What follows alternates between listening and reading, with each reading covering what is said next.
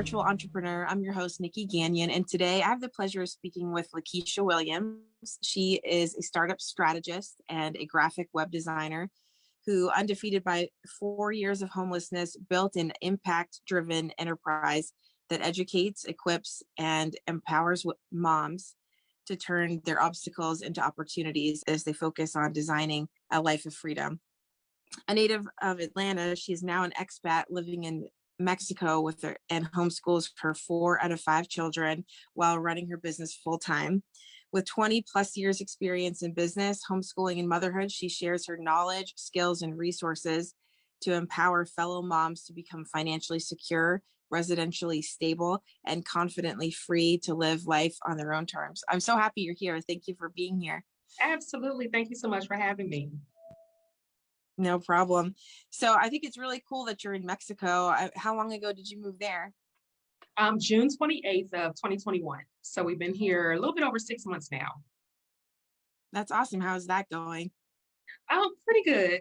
It's been an adjustment, as you can imagine, but no complaints whatsoever. That's so awesome. Man, I mean, this is really cool. You have 5 children, you're homeschooling 4 of them, and you're running a full-time business. Like, what in the world? How are you doing all the things? Like, I'm sure everybody's like, okay, if she can do it, I got to get some stuff figured out. So, right. I'd love to hear about your story and a little bit more about that. So I decided to move to Mexico last year. For the most part, I just needed a change in scenery, a change in just, life in itself. I knew that I wanted to move out of Georgia, but like many people can, understand, it's so expensive. Especially coming from, bigger city. I'm a city girl, so I definitely wanted to stay in the city. But trying to have that city life with, 4 out of my 5 children was just like, no. My oldest is in college, so that's why I say 4 out of 5, because she's no longer living at home. She does live back in the States. And so I homeschooled her up through high school, and then she's off in college now. So I still homeschool my younger 4 children. And so, when I was looking and trying to just, find a place for us to live, everything was so expensive. I had a girlfriend who already lived here in Mexico, and she was like, well, the cost of living is a lot, less here. And I'm just like, but you got to have like, all this money to move abroad. What do you mean? And so we, she helped me kind of, figure out the numbers. We were doing the budget, and it literally cut my expenses down by like almost 70%. Wow. Unbelievable. So it was like a no-brainer once I figured that part out. It's definitely been an adjustment just on, as you can imagine, it's a different country, different way of doing things. But hands down, it was the best decision for my family, for my business. My business has definitely grown a lot more since we've been here. You just more relaxed. Motherhood in itself is a lot. Solo motherhood is a whole nother conversation. So this has just been just a healthy transition for us overall. Wow, that is so cool. I love to hear stories like this. This is so awesome. So can you tell the audience a little bit about like what you do for a living? Yes, so I'm a startup strategist and graphic and website designer. I've had my business, LRW Enterprise, which is a multitude of different businesses, for 8 years now. So we just celebrated our 8th year in business this past November.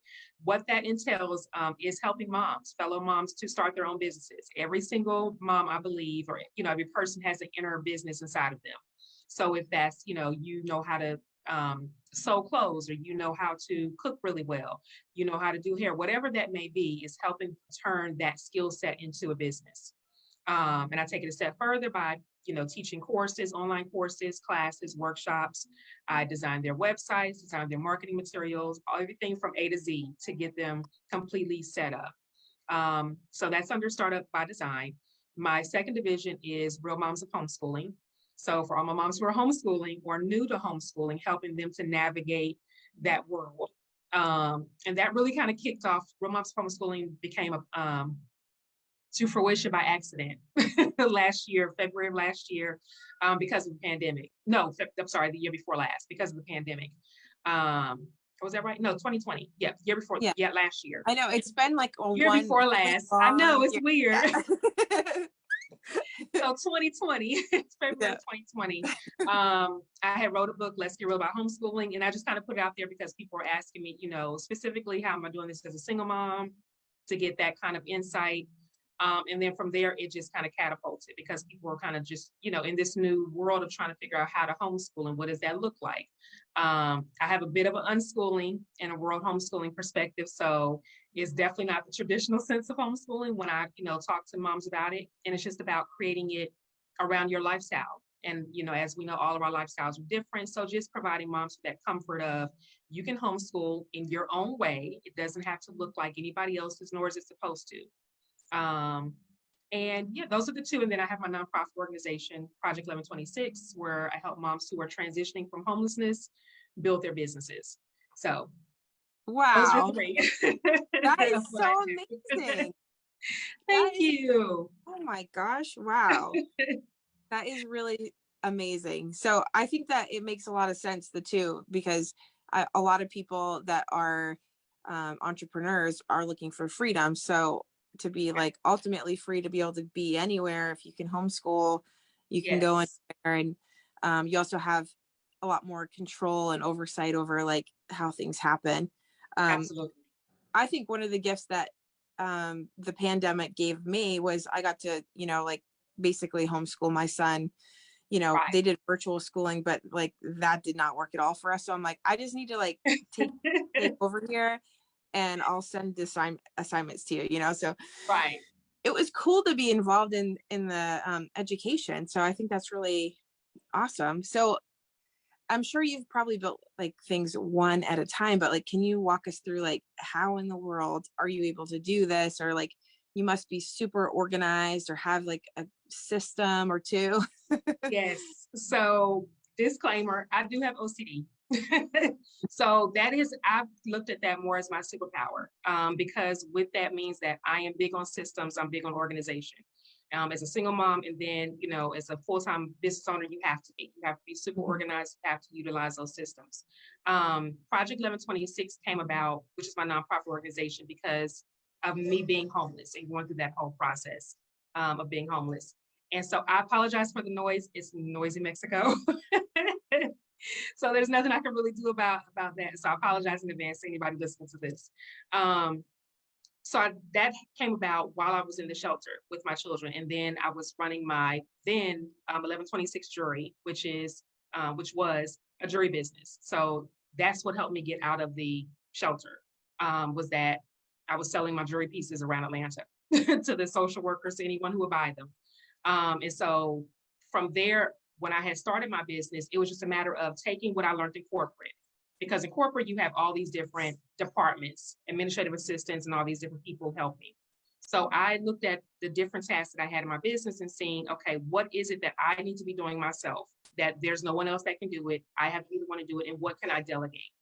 And from there on, I've had virtual assistants where I delegate that out. And that's between Fiverr, that's between, other abroad agencies, because it's way cheaper to do things abroad than it is stateside, as we all know.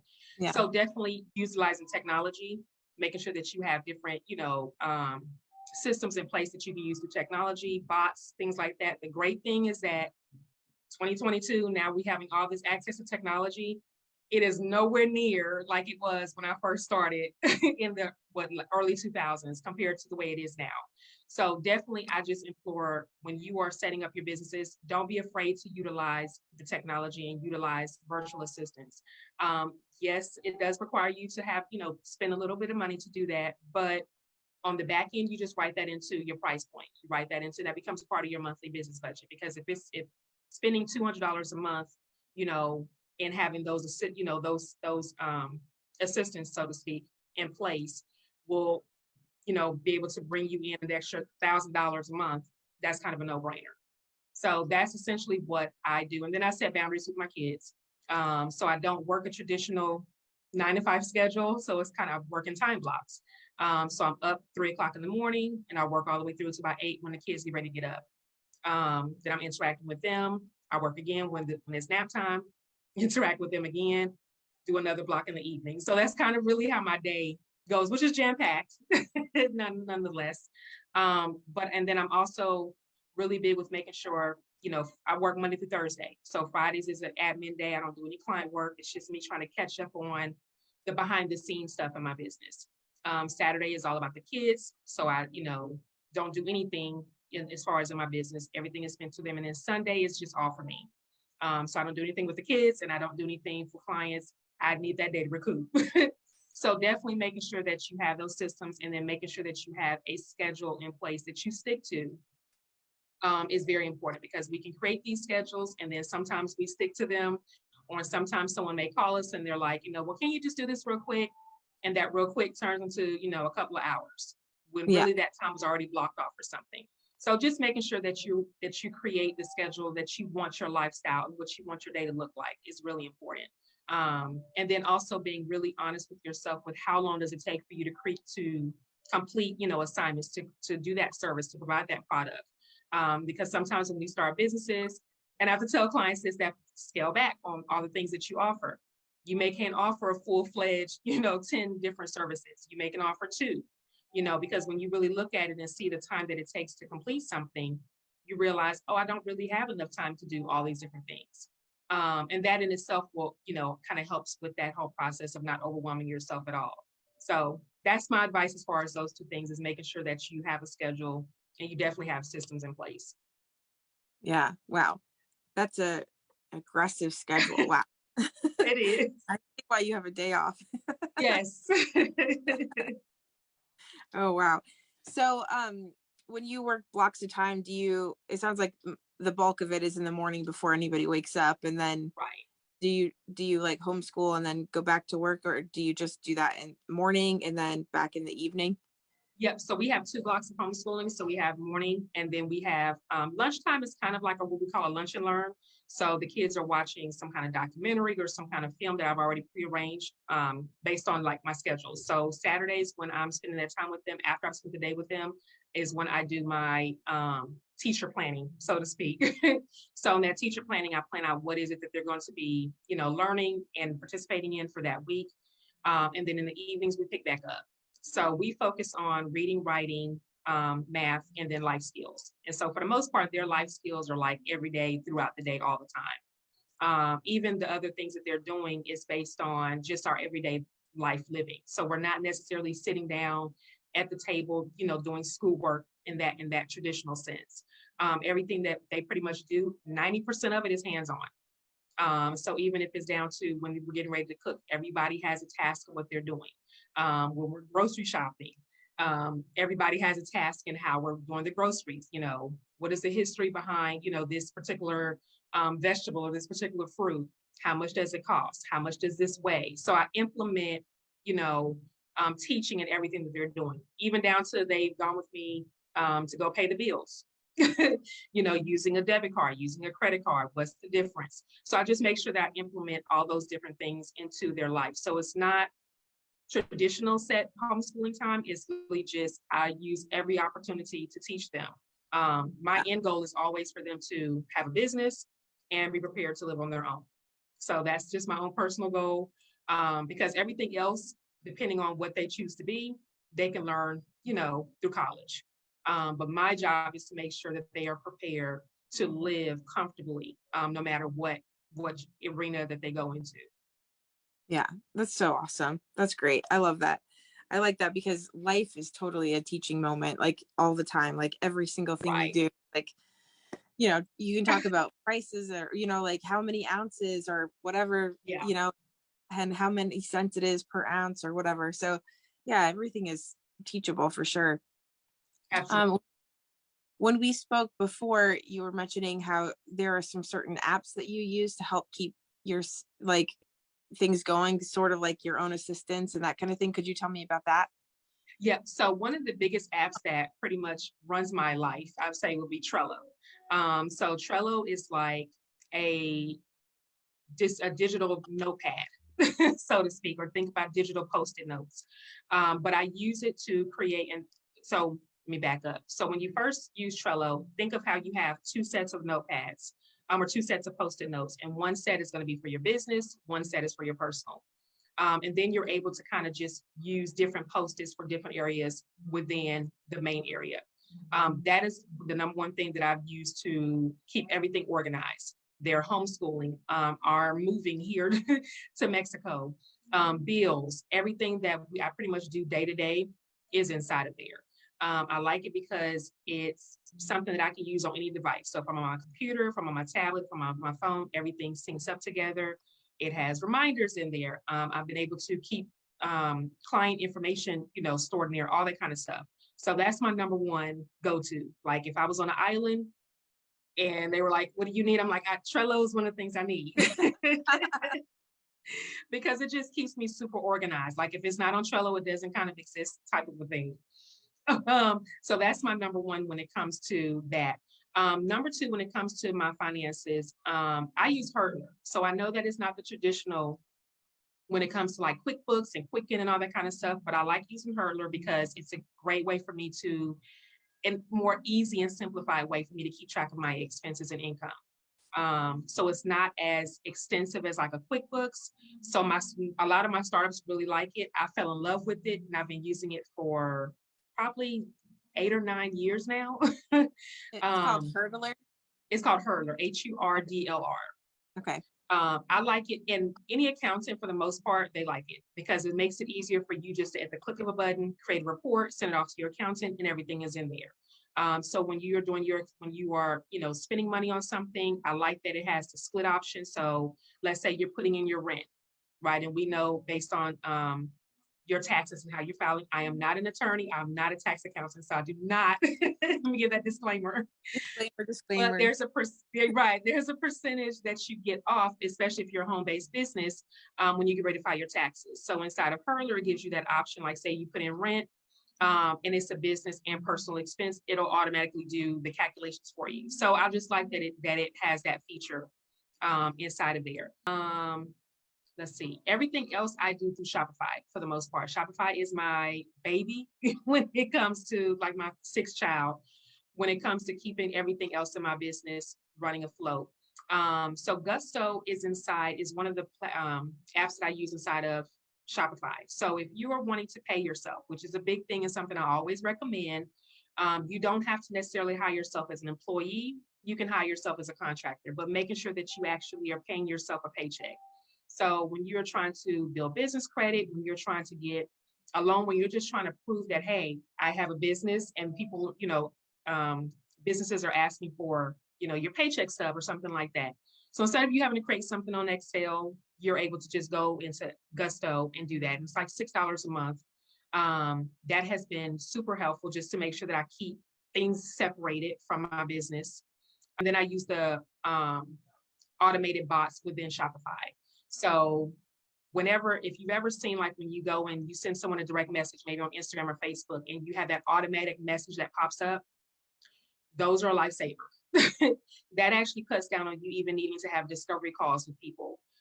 So basically those bots kind of run on their own 24/7. So if someone is reaching out to you and they're wanting to do business with you, you can ask them a series of questions, just to kind of know, how to direct them.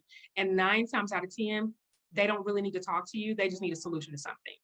So having the bots have really cut down on me having to do discovery calls with people, because typically they'll start off with, okay, well, really, you just need this solution.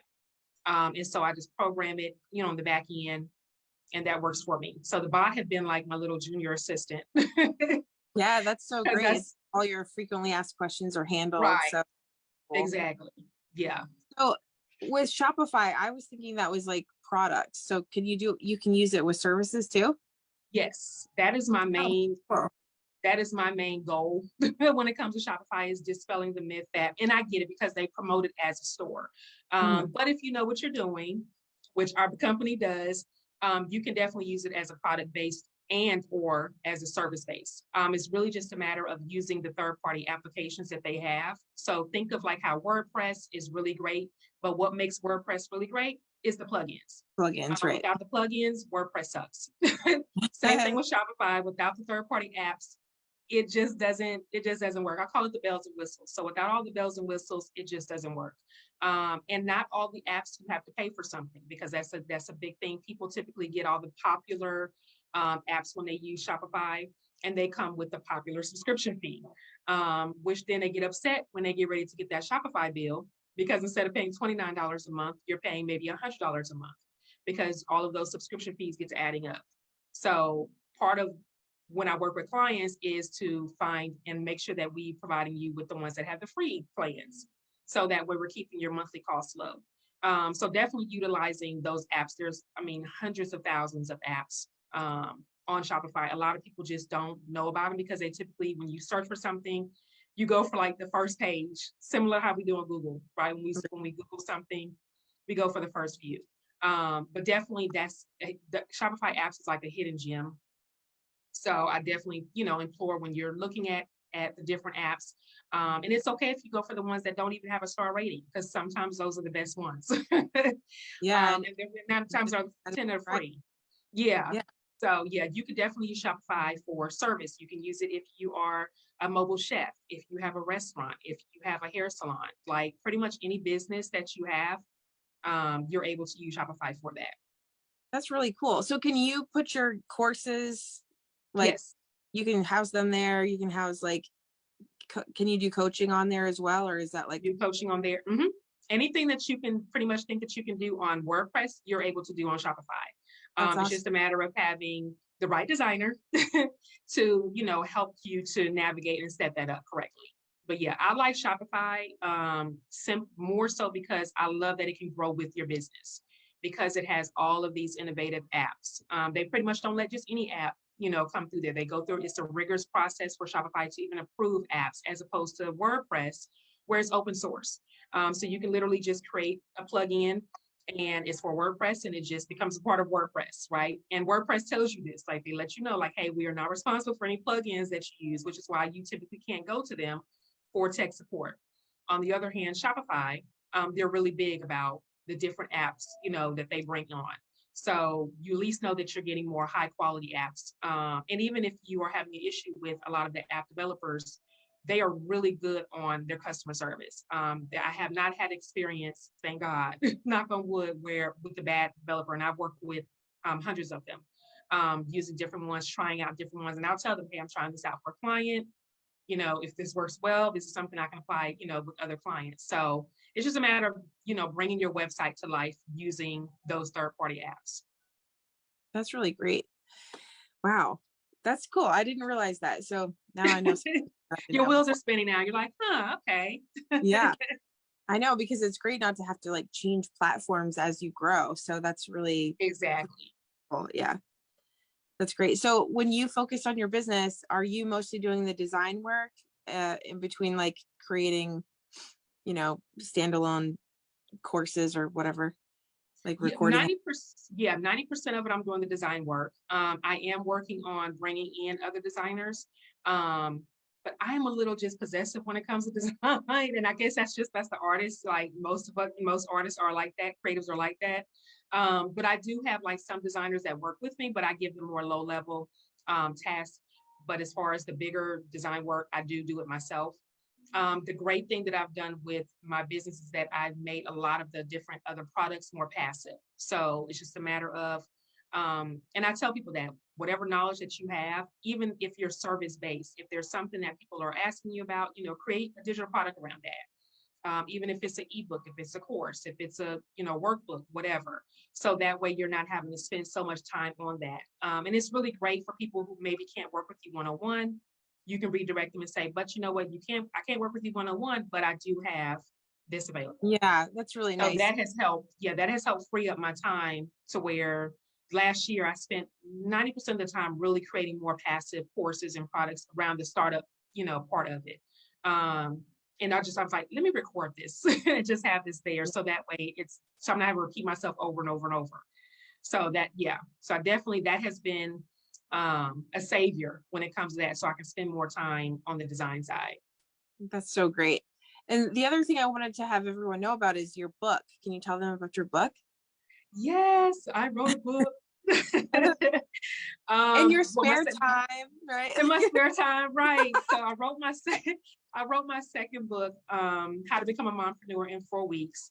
Kind of the same way I did with Let's Get Real About Homeschooling. People were asking me, because I'm big on compliance. I will say that.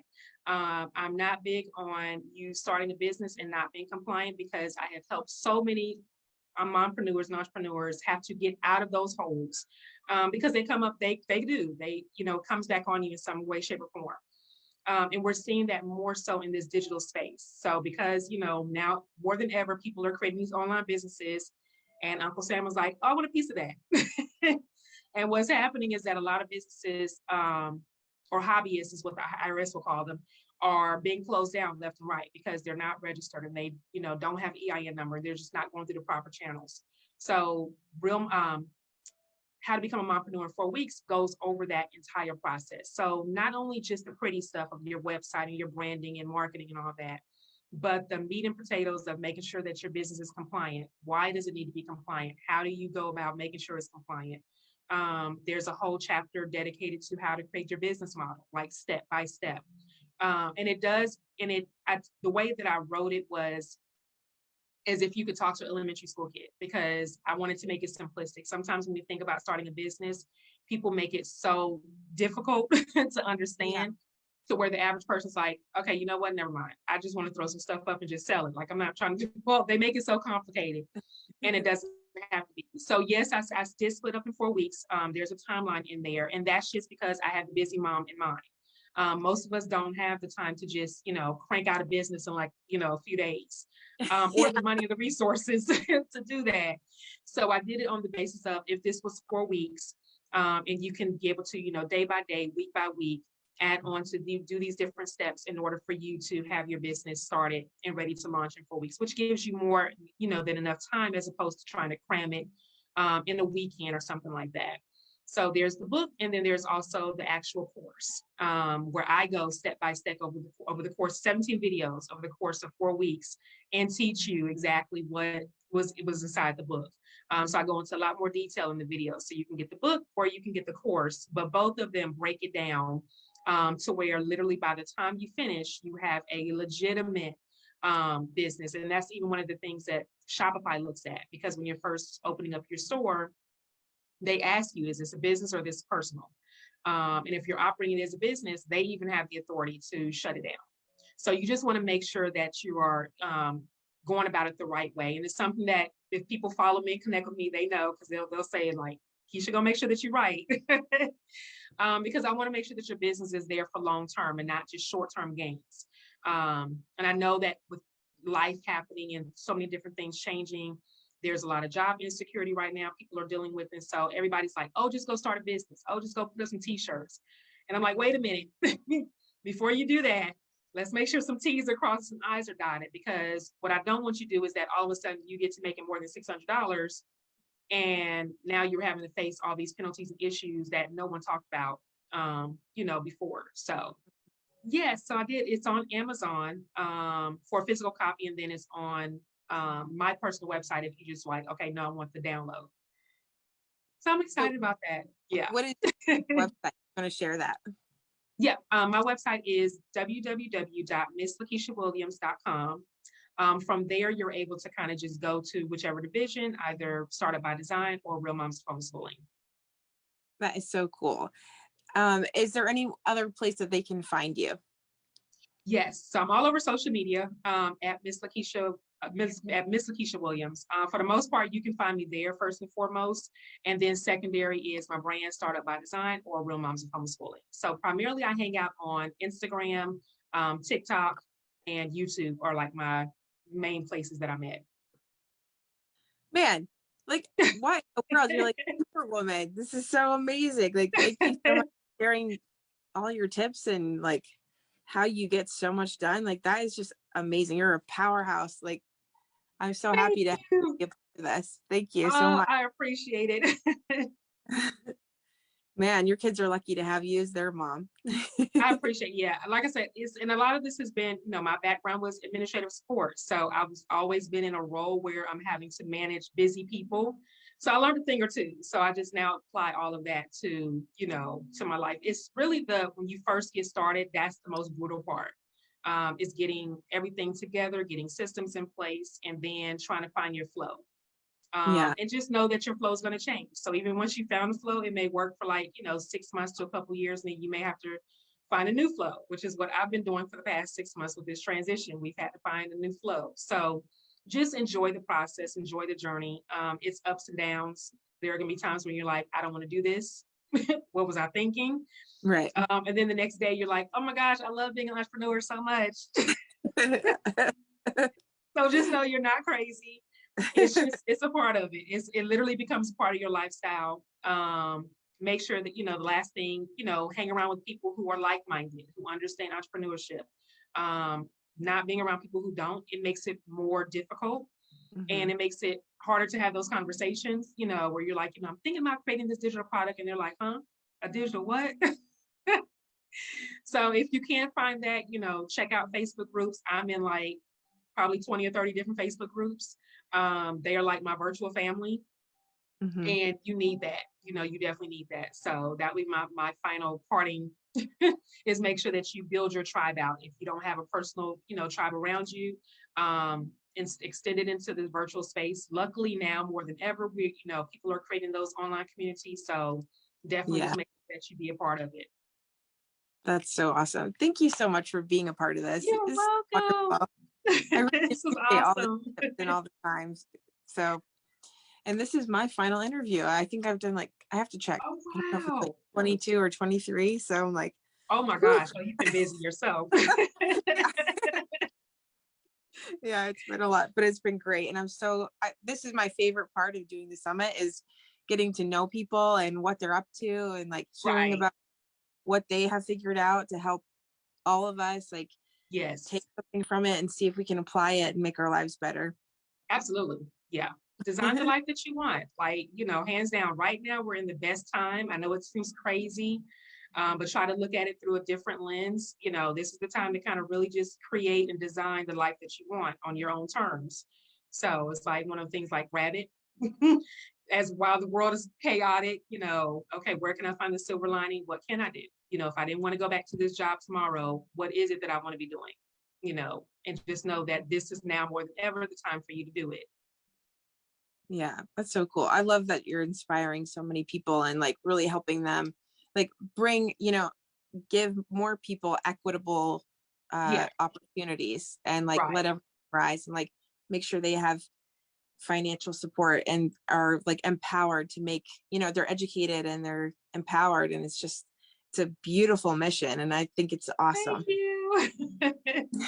I'm passionate about it, as you can see. So yeah. Yeah, it's great. Well, thank you so much for being a part of this. Yeah, absolutely. Thank you so much for having me. I appreciate it. No problem.